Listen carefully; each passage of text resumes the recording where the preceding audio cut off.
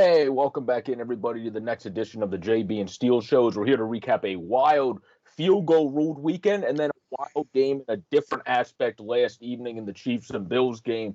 When it came to that game, we're here to recap the NFL weekend, and we're here to talk about the NHL and AHL, checking in on teams. And if we have time at the end, we'll try to talk a little bit of some basketball for you as well. But first and foremost, Steel, how are you doing on this Monday at the end of January here? Yeah, man, this is like the next to last Monday in January here. And I'll tell you what, man, after the divisional round of the playoffs for the NFL, I'm stoked. I'm excited. I got to watch some good football this past weekend. I'm doing great, man. How are you doing, buddy? Doing well, doing well. Some two people that were not doing too well. One person in terms of getting hit, but another person in terms of just not making the right plays and making mistakes were Ryan Tannehill and then Burrow in terms of getting hit. He still had the good numbers, but he got sacked 9 times. He would prefer not to get sacked. Not to get sacked 9 times in the game, and there's not many times you get sacked 9 times in a game and win. That's exactly right. What the Bengals were able to do, because their defense stepped up, which it's not like their defense is bad. Their defense is solid, but their defense is not to the degree of how we would rank some of the other defenses that were in the playoffs, so like the Bills, the Chiefs. Their defense is a very good defense, though. But they stepped up big time in that game, where Tennessee's thing is winning off of running and defense. The Bengals, basically in that game, were able to pass it to Jamar, pass it through T, have Joe Mixon do good in both the categories of receiving and rushing, and then just figure it out, because that was a very defensive game. And that's not really the type of game I expected the Bengals to necessarily be able to win in the postseason, but they did. And with the worst part happening, Burrow getting sacked 9 times. So that spells good success for them going forward, and was a surprise aspect for me of that game, because I didn't expect them to be able to find multitudes of different ways to get to a victory, but they did. So right, I was completely expecting them to win. For sure, to be honest with you. Okay. You picked them to win, but my thing is I wouldn't have picked them to win as much if I knew it was such a low-scoring defensive game, because that plays to the Titans' strength. It does, but let me just say this, okay? Let me say this. Yeah, Joe Burrow got sacked 9 times, but this year they had a 1,000-yard receiver. This year they had a 1,000-yard rusher. This year they had whether it's middle of the road defense in statistics, and there was like 1 or 2 categories where they were in the top 10, but other than that, for the most part, they were, in the teens area for defense, all around defense. Okay. So when you have an all around defense that's pretty good with occasional heres and there's, which is what happened, right? And you have a very balanced attack, running and passing, with a mobile run threat quarterback, okay? That gives the Cincinnati Bengals a completely different aspect of where they used to be compared to where they are now. And now they can stand now a little bit more with the Tennessee Titans, with the Pittsburgh Steelers, with the Baltimore Ravens, with the Buffalo Bills, and the Chiefs, and handle that kind of game, to where if it's going to be a slugfest, okay, they can do that, because they can grind the ball out. They can run the ball very, very, very effectively. Okay, so they can grind clock, and they can get first downs with the run game, and they don't. You don't need to pass.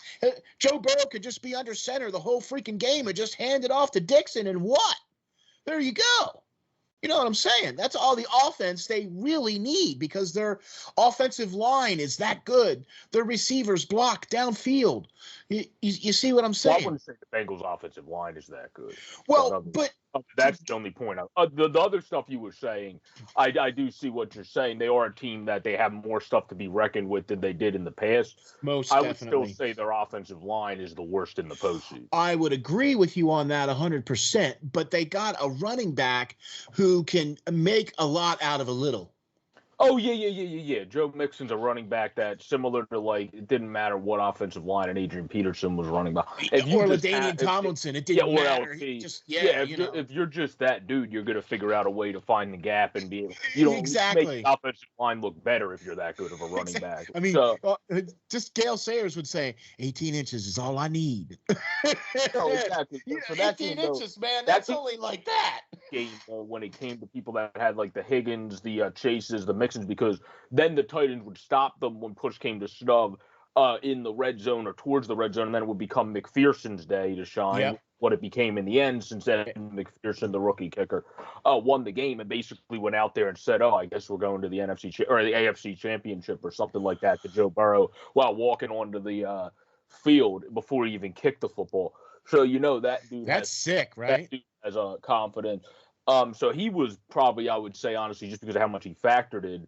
Burrow's obviously a player of the game, but if you were doing it like hockey, 1 through 3 stars, you probably had to put the first star as the kicker because of how much he was a factor in the game. And won the game. And yeah, also Burrow, because he went off, he just didn't have a touchdown, but 348 yard. And then you have Higgins and Chase and Mixon kind of as the 3 musketeers grouped into one there would all be the other stars. See, that's the thing. That's what makes Cincinnati a dangerous team, because they have that balanced offense attack. Yes, their offensive line is not the best, but it's good enough, and they have a good enough running back. And then it doesn't matter any of their running backs. Okay, it's not just Mixon, right? So it doesn't matter. Any of their running backs get cracks and get creases and get holes in that, you know what I mean? Because he's still getting sacked a lot. So that does tell you that their offensive line is not the best, but he's also mobile enough to get out of those situations, to make the best of a situation, to extend the play. You know what I mean? Yeah. Well, my conclusion for that game before we move on to 49ers Packers would be more Burrow is just that good. What we saw him in his rookie season before he got injured, they had a worse overall. Well, one, they didn't even have Jamar, but they had a worse overall offensive line. Now they have Chase, and everything's moving in the right direction, and they're looking better. But that's the thing I would say, that in the offseason they have the most focus on, whether it's via the draft or whether it's via the free agent market. But now we can move on into the San Francisco 49ers, where Jimmy Garoppolo continues to get bailed out for mediocre play, as the San Francisco 49ers defense prevails again, and they're able to win this game, as well as not just their defense, but the block punt return for a touchdown was the only touchdown their special teams, which was not a strength of the 49ers throughout the regular season. Yeah, right. Steps up in tenfold in the postseason, and they get a block to then even make it tied. Aaron Rodgers, the whole team of the Packers, looks completely flustered after that. Can't get anything going on the next drive. And then they're able to, of course, get the Robbie Gould 45-yard field goal to add to the field goal frenzy of the weekend to win it there, after Crosby earlier in the fourth quarter hit a field goal of his own, and Gould also hit one in the third quarter. So there was a lot of field goals in that second half to go, along with the theme of field goal in this weekend games. But I mean, this game was obviously even more so than the Titans game, was a complete defensive ruled game. I mean, 19-16 is still a little bit better offensively than 13-10. I mean, talk about a game that's all defensive or special team rules, but they do say so my question to you would be this, because they do say defense wins championships when it comes to the expression. It's defense wins championships, and then the rest of the stuff you have is great and an added bonus. My thing is with Garoppolo, though, and the liability he can be at times. Usually the reason they have him is he's a guy that holds onto the ball for the most part, and they don't want a gunslinger because they win by their defense and running the football effectively. If you have a guy that gunslings it and turns it over, you're going to lose because you're putting your defense on the field too much. But if he makes passes like he did, forcing that one in the first half, when he tried to turn into basically Mahomes or something, I don't know what he was thinking, and then threw an interception. You can't do that, and he doesn't. And then the week before, he made a throw to the outside. I can't remember who it was to, but he missed the guy. So he has plays that he loses you the game as much as he has plays that he at least holds on to the ball to give you a chance to win it. It's not usually you're talking Garoppolo, right? You don't win the game as the 49ers because of Jimmy G. It's just because he did enough to not make you lose the game, basically. So defense wins championships, but the long way of phrasing that question to you is, do you think the 49ers have a chance because of the fact that Jimmy Garoppolo is the guy at the helm compared to the rest of the quarterbacks that are left, which are obviously top 10 guys in the league, most likely in most people's eyes, where Jimmy G's not even close to that? I'm actually surprised, to be honest with you, that the 49ers won that game, because I saw throws from Garoppolo that I almost thought were interceptions. I mean, there were probably 4 throws that he made that I thought were interceptions, and amazingly, the receiver caught the ball. The guy does not know how to either A, lead his receivers correctly, or put them in a more of keep them going in stride to catch the ball kind of a thing, where guys have to constantly come back for his balls because they're always low and down. You know what I mean? I saw so many of those balls that he threw during that game that were low and down. So do defense wins championships? Well, let me say this. The best defense against, say, somebody like Tom Brady is to keep him off the field. Mm-hmm. So the best defense against Patrick Mahomes is to keep him off the field. Apparently, because all he needs is 13 seconds. Yeah. But I mean, you see what I mean? So do defense wins championships? You betcha, all day long. If you do not have a good, stout defense that can stop a team in the red zone on the road once or twice a game, it doesn't have to be every single time, but you need those stops. You need to have that consistency in your defense, because teams are going to be able to spread you out and test you and do things that you haven't seen. So you see what I'm saying? Yeah. So and as the defense, you're always on your back heel, because you have no clue what the offensive guy is going to do. I mean, you can study tape and tendencies and all that other stuff, but that guy might be running a Z route, and you're thinking he's going to be running a Y route or whatever. You know what I mean? So it's like, that's why defense wins championships. That's why when you get a team like that we've seen in these divisional playoffs now, where these defenses now are that good, or maybe the offenses are that much better, is what I think is going to be the case here in some of these other things. You see what I'm saying? So yes, to answer your question, defense does win championships, not just in football. I also think it works in hockey as well too.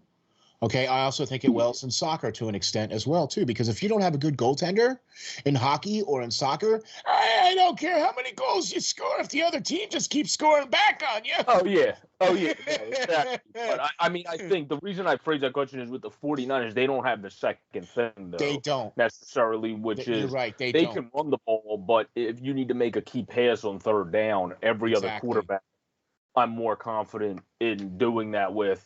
Even if Ryan Tannehill was still in the playoffs, I would be much more confident in him completing the third down pass. Yeah, no, I agree with you 100% on that one.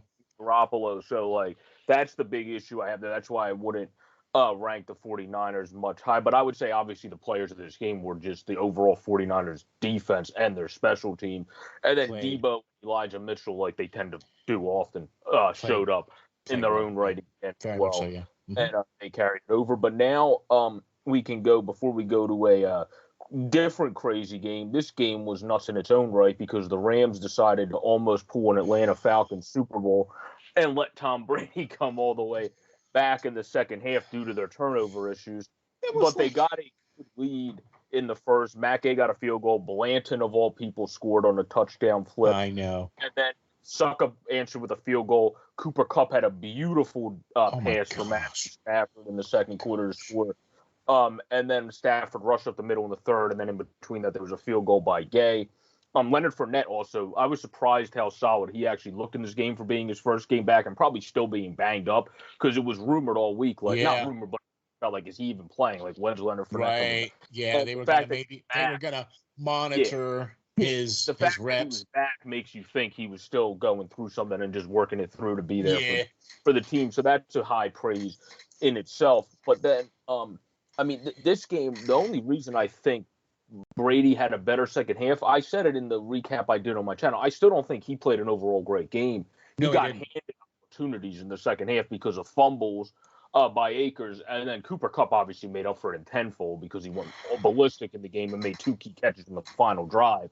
But he also had a fumble, of course, too. So you had key turnovers that were the only reason in my eyes, honestly. If those didn't happen, they're squashed, and I don't think Tampa Bay's even having a chance to come back in this game because their offense was stalled when it started at normal field position. It was you gave them turnovers and you gave them great opportunity, and they took advantage. And Tom Brady, one of the greatest of all time, is always going to take advantage of opportunity if you give him that opportunity, even in a game he's not playing that well and the team's not playing that well and the offensive line stinks because Tristan Wirfs is out. So, like, if you give him those opportunities, he's still going to take advantage of it. And here we go again, where you ask that question: do defense wins championships? Well, I mean, let's face it. The Rams were up 27-3 at one point, right? And it wasn't looking good for Tampa Bay at all.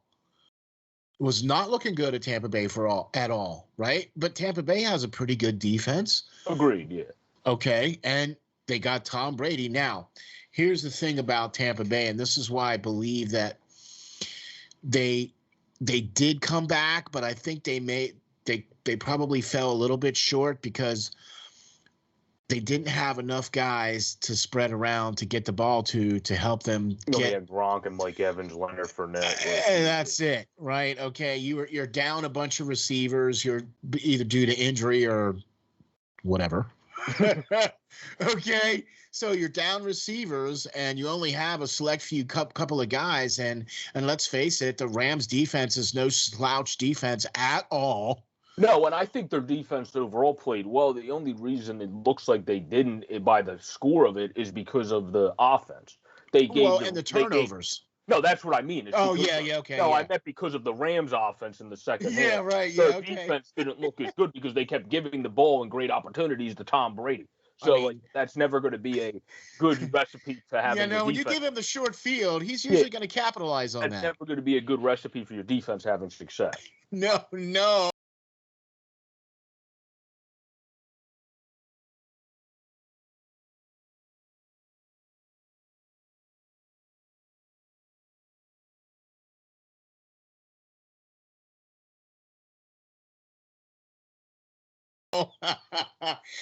How to make your defense lose championships is to just give the ball to Tom Brady. Right, exactly. But they still won that game, and it's because Stafford showed, which he's been, even with the Lions, where he didn't have the weapons like he has here. He's always been a good last drive quarterback, and he showed that again in a duo that I would say was probably the best in the NFL this season in Cooper Kupp and Matthew Stafford.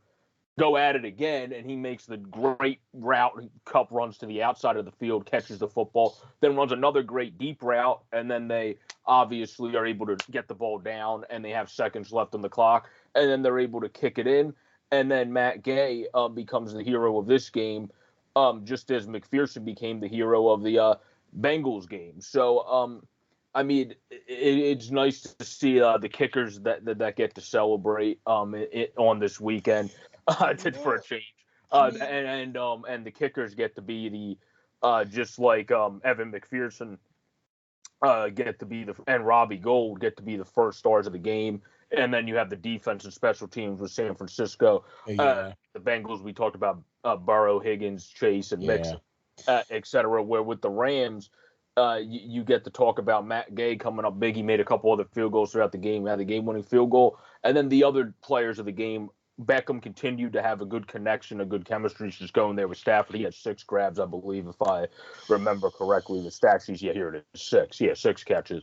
So that's technology for you. Stuff doesn't always load quickly. But and then Cooper Kupp almost had 200 yards. So this team, I think, honestly, this is going to be a spoil to the thing we get back to after we talk hockey, but will be representing the NFC, but we'll get back to that in some due time.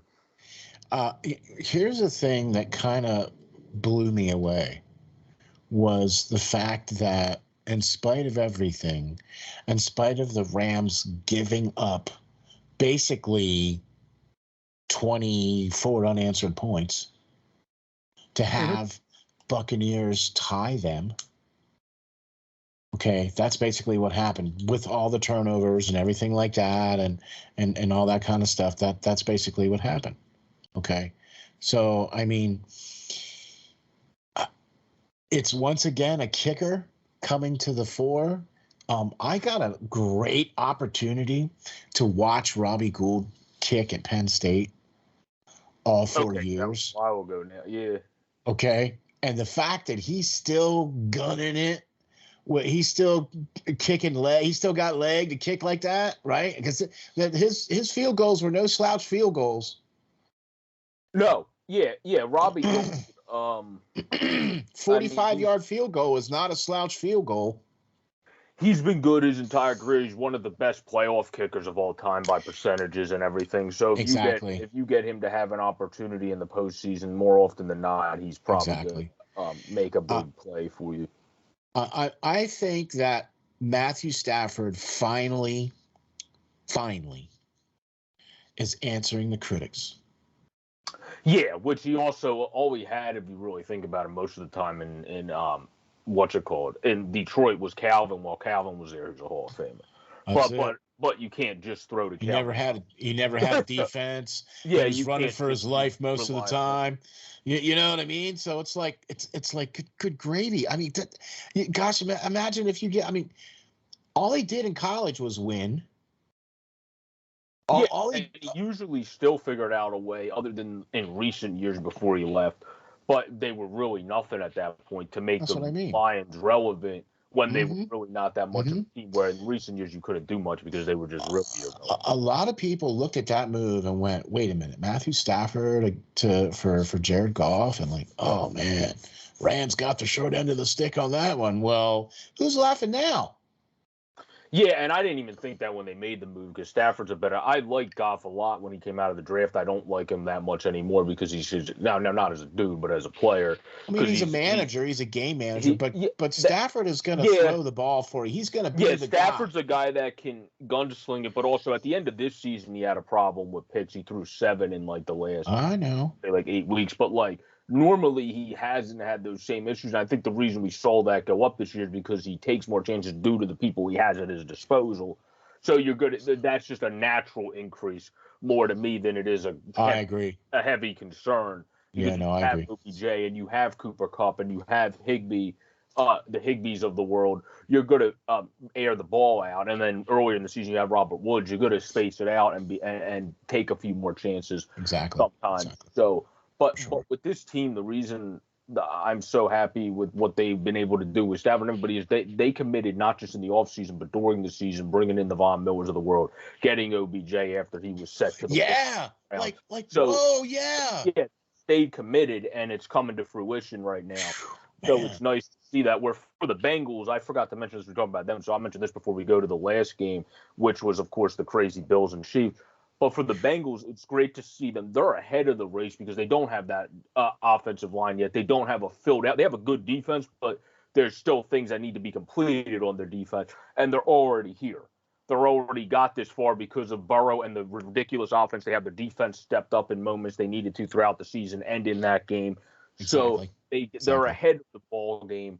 Where that's why it's great to see that for them, where for the Rams it's great to see because they committed so much to trying to get a Super Bowl and finally get to it and get one, and it seems like they're in a good spot to be able to do so. Exactly. But on to the last game. Yeah, on to the last game, which was by far one of the craziest. We had a good first drive that ended with, first of all, there was 2 4-down conversions and multiple ones by the Bills throughout the night where they were aggressive and it worked pretty much every single time. And then they were able to get a touchdown from Singletary. Then, of course, Mahomes had the very good diving scramble touchdown after that one. And then it was Pringle. And then it was Gabriel Davis, who made himself very well known to the NFL world in this game. What a coming out game that was. Yeah. Then Buckner had a kick. McCall Hardman rushed to the end zone. Gabriel Davis had another key touchdown in the third. Yeah. Tyreek Hill had a great game. Yeah, so I mean, Gabriel Davis for 4 touchdowns, even in a losing effort, the way that dude went off because they decided to say, we're not having Stephon Diggs beat us. We're letting anyone else beat us. They basically took the approach of this is not the guy that's beating us. If anyone else beats us, so be it. That's what the Chiefs looked like the approach they were taking. Yeah. And Gabriel Davis took advantage of that and was able to get 4 touchdowns. That's why sometimes I do this in my hockey videos too, even in a losing effort. I would still put him close to first, and then if not first, as the second star because he's the main reason the Bills, other than Josh Allen, he's the main reason the Bills have been there because your other guys did. Dawson Knox, who's supposed to be a very good tight end, he had that one nice catch he fought towards getting to the first down, but other than that, he did nothing. So and Singletary at the beginning of the game did nothing.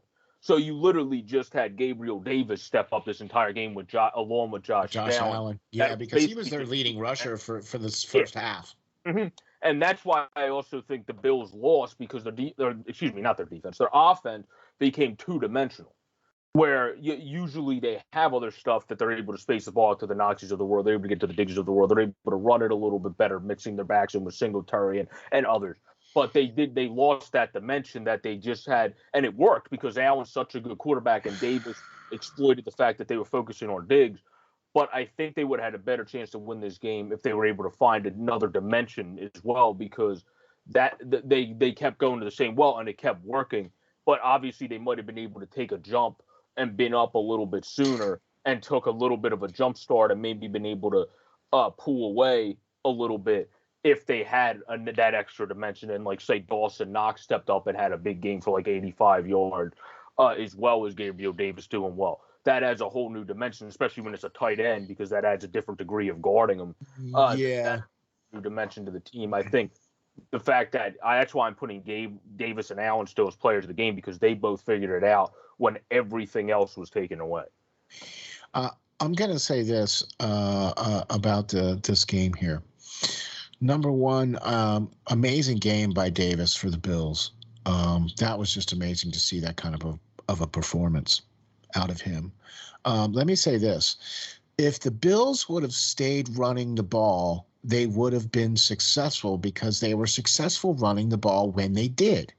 You like using the running back, not using Allen. Okay. And they were good at doing the play action pass because it was working against Kansas City. Because let's face it, Kansas City doesn't have exactly the most stout defense out there. I mean, they have a really good defense, but it's not like a shutdown defense. Like you're like, oh, you're going up against Kansas City. Oh, that's going to be a low scoring game. No, you know what I mean? No, yeah. They have a defense that picks at spots, that steps up at times. That's what I mean. They bend but don't break, but kind of one of those kinds of things. You know what I mean? So this is kind of where I'm at with this. All right. The Bills beat the New England Patriots to get to this point. Mm-hmm. Okay. So they took a huge step this year, I believe the Bills did. It's unfortunate especially that they in terms of the division. Exactly. And Josh Allen also, I believe, made a huge statement in this game. Okay? It is unfortunate the way the rules are, and that's the way it is, and that's the way it's been, and I'm sorry, it stinks, but that's the way it is. You know what I mean? And if you would have done a little bit more during the game, maybe there wouldn't have been that little bit at the end there where it was back and forth. Where, like, if you said if they would have – or maybe if they would have stayed with the running game a little bit more and mixed into the passing and done more of the play action. That's what. They could have won the game that way because they had Kansas City on their heels that way. But they chose not to do that. They chose to be exactly what you said, two-dimensional, where they were only throwing it to Davis and Josh Allen was their leading rusher.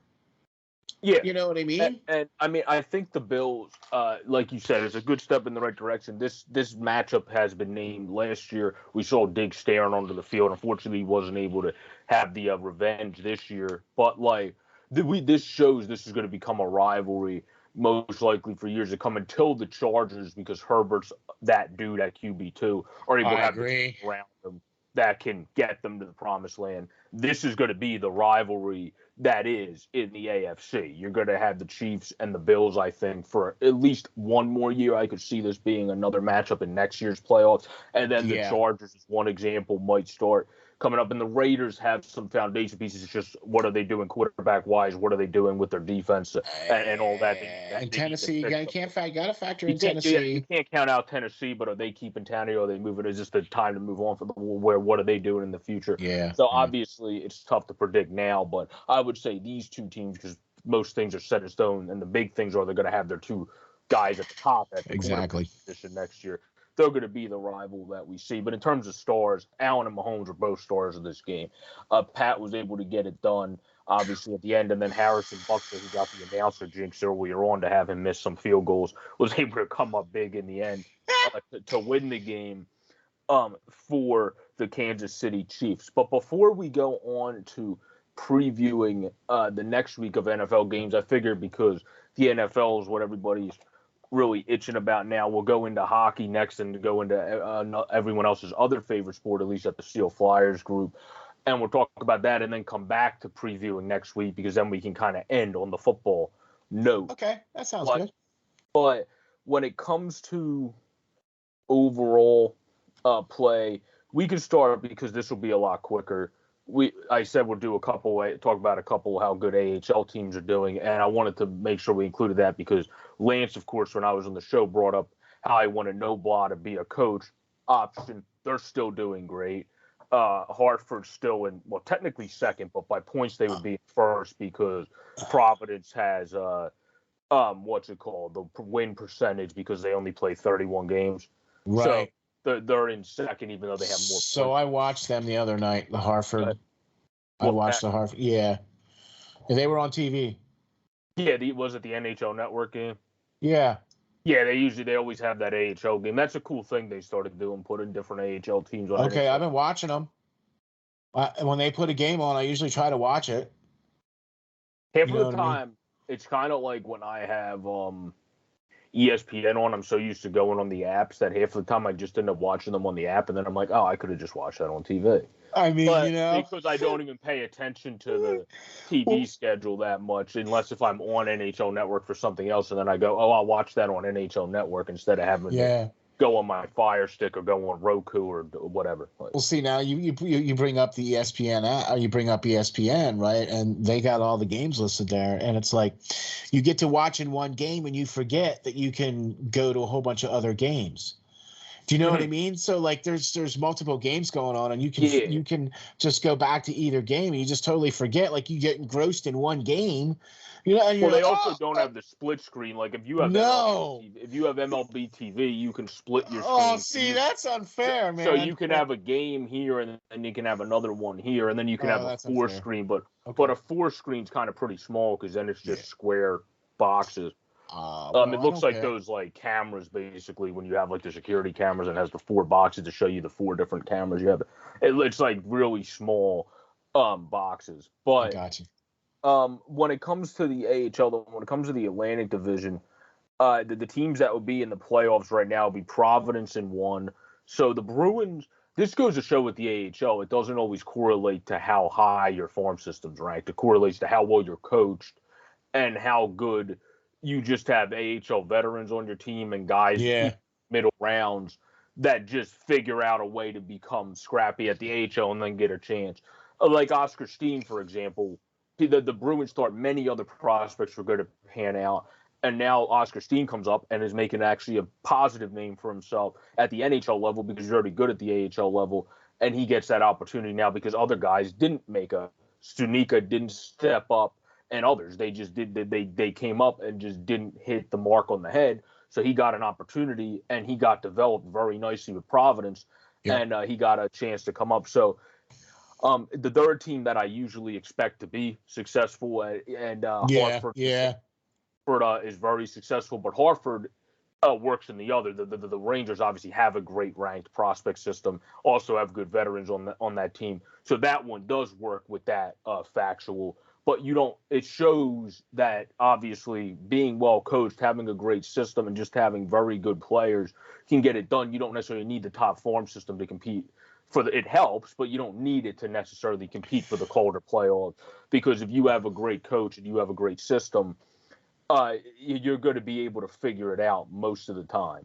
And if you have players that can meet that system, that can do the things that you need them to do in that system, play 200-foot responsible, get the right things done, 5-on-5, power play, special teams, blah, blah, blah, the whole 9 yards, goaltending, all that factors in, you know what I mean? So I do want to also make a quick little shout out that over this past weekend, the Hershey Bears did the teddy bear toss. Yeah, they broke the record. Yeah, I was just going to say, so they broke the record with number of teddy bears that were thrown onto the ice. And just watching that is just amazing to see all those teddy bears go flying, and then watching some of the players who are skating around and then jumping into the piles of the teddy bears, right? So I did want to shout out to the Hershey Bears. That's a great charity. They do a teddy bear toss, and they broke the record, which was what was it? 50,000. Yeah, 50,000 or something like that. Like the old record was in the 30s or something, right? Yeah, it wasn't even close. Yeah, that's like 7 to, depending where it was with the 50Ks, that's like 6 to 8 bears per person. Yeah, right. So it was like 36,000 or something was the old record. Into that stadium, yeah. But when it comes to the Bruins, though, Providence, they have, I think it's Ryan Mongino's, I might have pronounced his name wrong, but his first season as the head coach, he was an assistant, so he's working his way up the ranking ladders of people that are going to become known names if he keeps doing that well. Yeah, with Chris Noble, like I said, is doing really well. Springfield, the Blues team, they would be in the playoffs right now. Hershey, that we just mentioned for breaking the record, they would be in the postseason right now. Charlotte would be in the postseason right now, who has the split squad between the Panthers and being Seattle until the team comes in next year. And then you have Lehigh, believe it or not, would be the final team in the Atlantic playoffs, with Bridgeport and Wilkes-Barre Scranton missing the playoffs. With the 6th seed, Lehigh Valley would be the final spot. In the North, Utica's came a little bit down to earth, but they're still a great team at 22-5-4. Have some of the most ridiculous talent and scoring on that team. Do you know there's a certain player on that team, I believe? Who, the Comets? Utica. Who are you talking about? We'll talk about it off air. We'll talk about it off air. Oh, okay. That's all right. I think there's a player on that team, but we'll get to that. I'm not sure, but I want to make sure. So we'll talk about that later. Okay, but yeah, no, they have a very good overall team. Obviously, you have Holtz as a young guy. Nate Schnarr has been very good, and his Zetterlund, Nolan Foote, they all been good in their young careers down there. So they also have the goaltending with Kira Schmid and Nico Dole. So if you have the defense, they have a good defense with Nikita Hoduk, who's a pretty big dude, Grillo, who's a big dude, Tyler Wotherspoon's a good veteran. So they have a good mix, and they're able to mix of players on there, yeah. Exactly. So them, Rochester, who's Buffalo's system, Toronto, Laval Rockets, Syracuse, and the Cleveland Monsters would be the teams in the North that would round out the playoffs there, since they're doing the top 6 teams because of COVID. In the Central, it would be the Chicago Wolves, who are always consistently good. We talked about them before on the show with how they have the big bucks because of the way their ownership's worked out. Manitoba, Grand Rapids, who just picked up Justin Abdelkader, actually former NHL. Oh my! And they're third.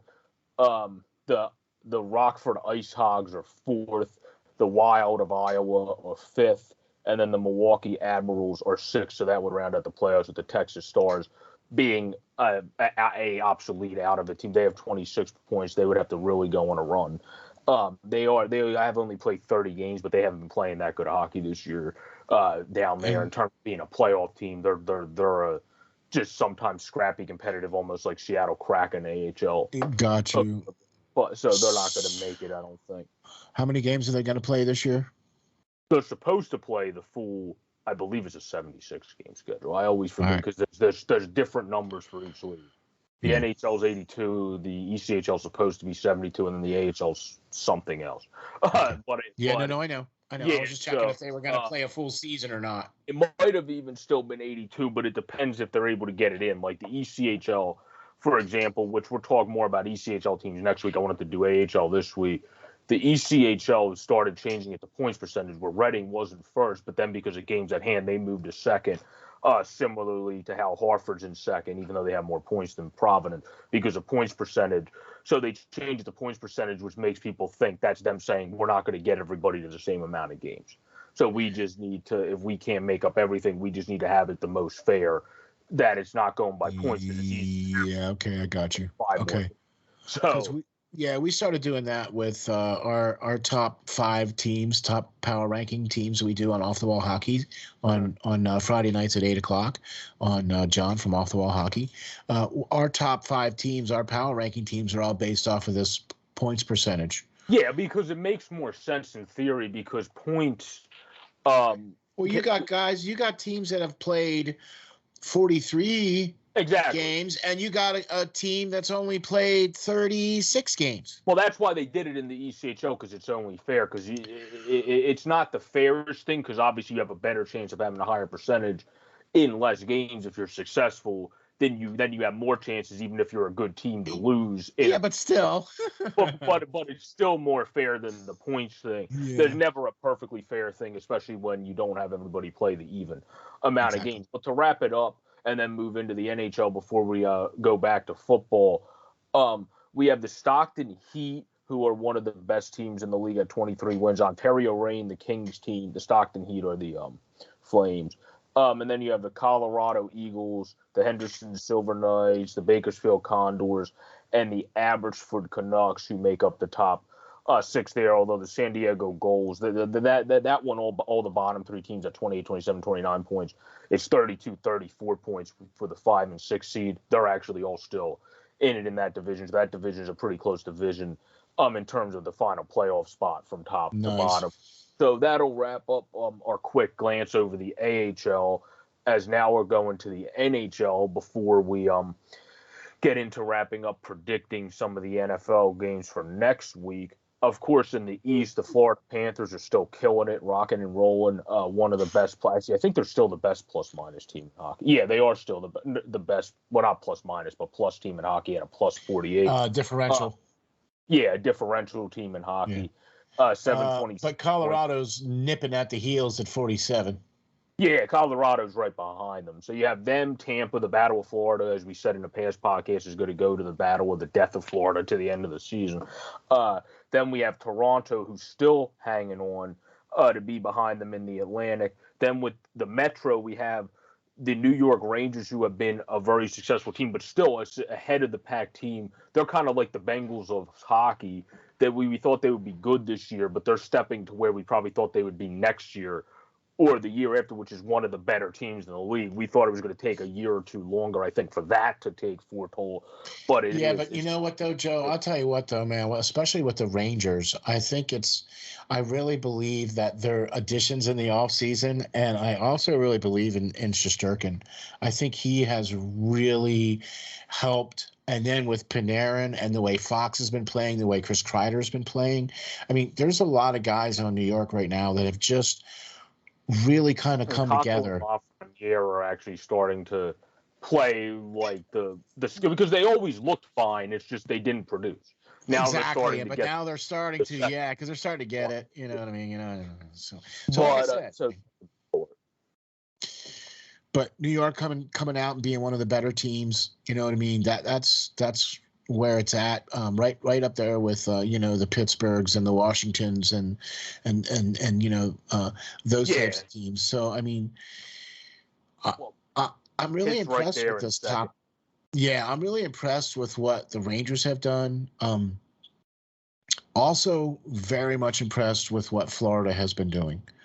We've talked before at length on Florida. I'm still very much impressed with Carolina and Colorado. I've been watching a lot of those Colorado games, a lot of those Carolina games, a lot of those Florida games. You know what I mean? Trying to catch them. And then Minnesota.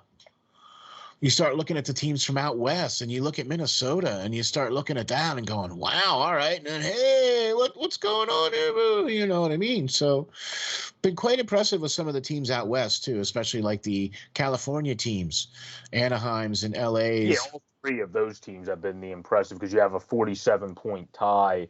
The winning percentage goes to the Kings of a 560 to 547 between the Kings and not the Angels, the Ducks. And Whoa. And then you have the San Jose Sharks are 3 points behind at 44. The Sharks are doing it interestingly because the Sharks are just finding some days they score a bunch of goals, when other days they barely score win. Because you wouldn't that's why they have that minus 16, because they're so inconsistent compared to other teams in the playoffs. They all are in the positive when it comes to differential, because the Sharks win in mysterious ways. They'll have 1 week that they're scoring in bunches. The next week they're a defensive team. The next week they're getting out. They lose 2 games because they get outscored by a bunch, and then they come back and win the next 2, scoring 7 goals in each. So it's like they're a weird team to ballpark, but they do have Carlson playing his best hockey in a while. Couture looks amazing this year. Myers doing his thing. Hurdle's a beast as a goal scorer. So you definitely have the right pieces. It's just funny how that team's winning compared to the other California teams. They look more well-rounded and more technically sound as a whole, where the Sharks look like sometimes they're just throwing things at a dartboard and going, well, we could probably try this to come back. Well, you know, I mean, they have 131 goals against, and that's like some of the worst in the league. Exactly. But they're still one of the more successful teams this far because of the perseverance. They're not that much above 500, but like they're still in the playoffs, and they if they go on a run similar to how we've seen the Minnesotas, the and others go on runs, they can flip that though. Yeah, I'm with you. But it's impressive in itself that they found a way to even be this successful with that negative. Now check this out, right? They are 7-7-3 at home. They are 7-7-3 away. So that's at least consistency, at least. But to go over, though, the rest, though, since we stopped at the Rangers, you have Pittsburgh, Carolina, then you have Washington and Boston to round out the wild card there for the East. I mean, I think we've been right. I know I said it coming into the season, and Pirlo, once I said it, said that's a fair point when it comes to these teams. With Boston, with the Washingtons, with Pittsburgh, until they lose for Pittsburgh, it's the Crosbys, the Letangs, the Malkins of the world. Even if you lose Malkin next year, you saw Crosby and Tang. Until they lose those guys, I'm not counting them out, because there's always a will way factor with those guys. Doesn't even matter if they lose those guys. With Bergeron and well, for the playoffs it would. I don't see the Penguins making the playoffs. Okay, yeah, true. Yeah, for the playoffs. That's what I meant for the play. Okay, yeah, all right. And then when it comes to Boston, until you get rid of, like, if Bergeron, Pastrnak, all those guys are still there, they're gonna find a will and a way most of the time. And this is not the most complete Boston team, first through fourth line by any stretch, but they're still figuring it out. Washington, they brought in good additions like the Daniel Sprongs of the world that are having the best seasons with them. As long as you have Ovechkin, the Backstroms of the world, Carlson, and you have that goaltending tandem, you're going to be in a good spot there. So that we were right with even those teams being more veteran than others, and people exactly. They actually did stay in the postseason. And you're right, Colorado became Colorado again because of injuries and COVID. They were a little roller coastery early, and now they're the Avalanche again. And you have St. Louis continuing to do their thing, coached by one of the best in Berube. Nashville starting to do better on both ends. Their differential starting to teeter up. So they also have obviously one of the better impressive goalies in UC Soros, and have Askarov up the plate too. So if you have goaltending, you have solid defense, and you're pushing the offense. The best we've seen in a while with Duchesne and Johansson, you're definitely going to have a chance to make it. I'll say. And then you have Minnesota and San Jose as the wild card. Vegas, LA, and Anaheim make up the Pacific. So that rounds out how the playoffs would be right now, where Dallas, Calgary, Edmonton, Vancouver, and Winnipeg are all within 4 points of that final spot, some less. I'm with you, and I'm pulling for Calgary to get in. I'm pulling because, man, they really showed out at the beginning of the year, and they've dropped off significantly. But I'm kind of pulling for Calgary to get in a little bit. I'm hoping for that. Calgary has a more, because like I said, the Sharks win based off of whatever they figure out. Then Calgary is a more complete. I think that's why. I think the easiest way to say it is they have a more playoff effective team. style Yeah. San Jose gets in. It's more you're just going to get experience for some of the like Ferraros of the world and the younger cats, the Aiden Hills of the world, if Yep. he's in net for some games where Reimer's, of course, already been in the postseason. So, like, Exactly. you're just going to get some experience. But that about wraps up our NHL talk, or as Pirlo would say, our full 42 on the NHL. When it comes to going back, though, I think we should obviously wrap up with talking about and previewing the following week with the NFL when it comes to the championship game. Yeah. We have the Cincinnati Bengals versus the Kansas City Chiefs, the battle of two great quarterbacks. Again, we saw Allen against Mahomes. Now we get to see Burrow against Patrick Mahomes. Similar numbers for each two, 37-13 for Patrick, 34-14 for Burrow. This game is going to be interesting because obviously both have touted offenses. If I had to give the defensive rank, I'd probably have to give it to the Bengals when it comes to Definitely defense.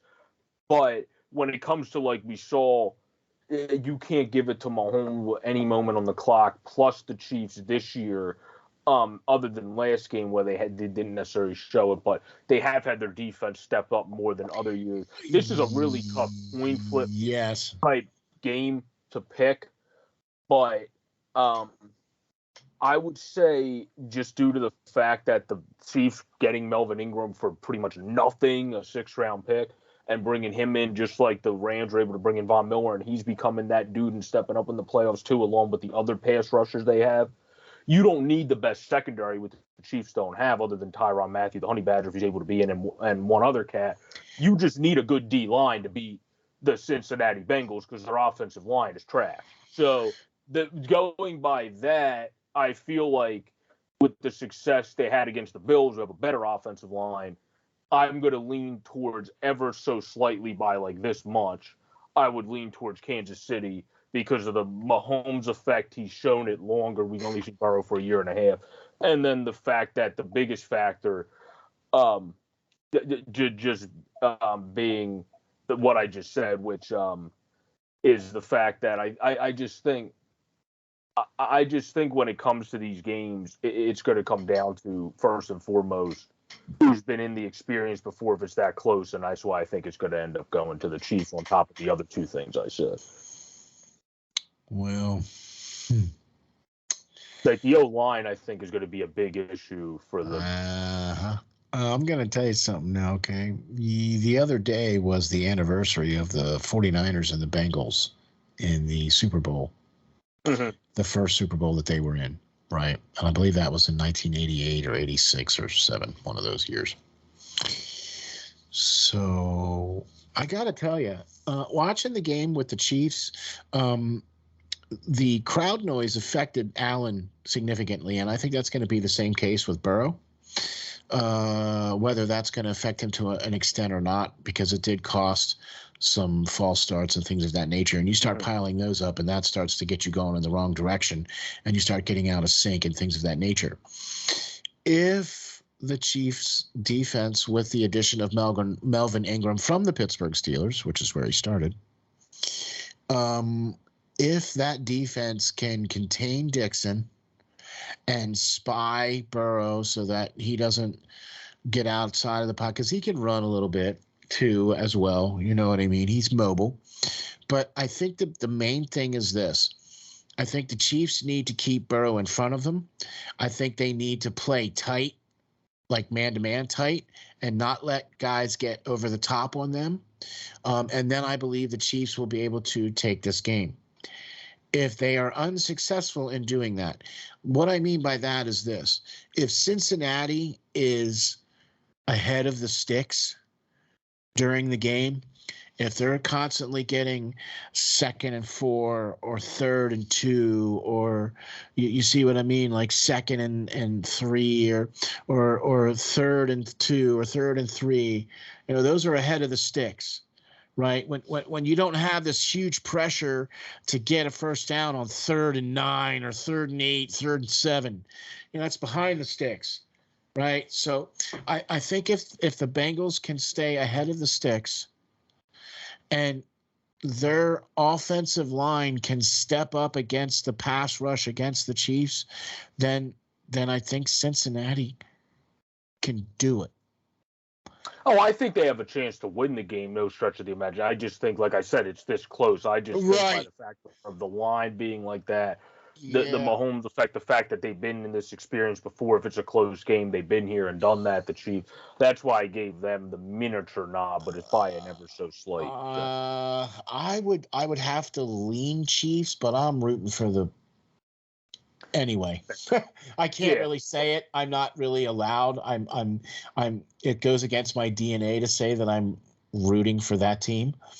So I'm just saying that I'm leaning to the Chiefs, but I think the other team might take it. Yeah. Now, in this other game, even though the 49ers and Kyle Shanahan have been very successful, one of the best opponents to Sean McVay has been Kyle Shanahan coaching against him. The Rams against the Niners since 2019 are loss.